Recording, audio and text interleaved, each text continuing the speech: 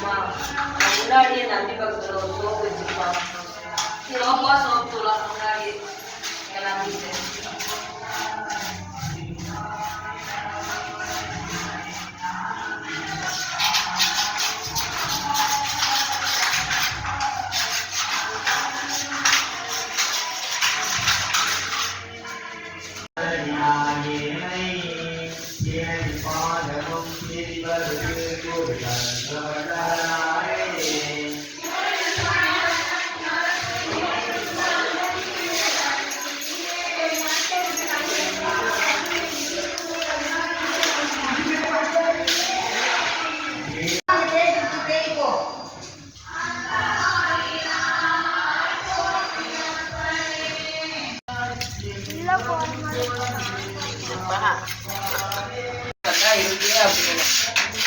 அன்னைக்கு வெள்ளிக்கிழமை நைட்டு சாதாரணமா இப்படி ஒரு சின்ன சிலையா இருந்த அந்த அம்மா சிலையா இருக்கிறாங்க.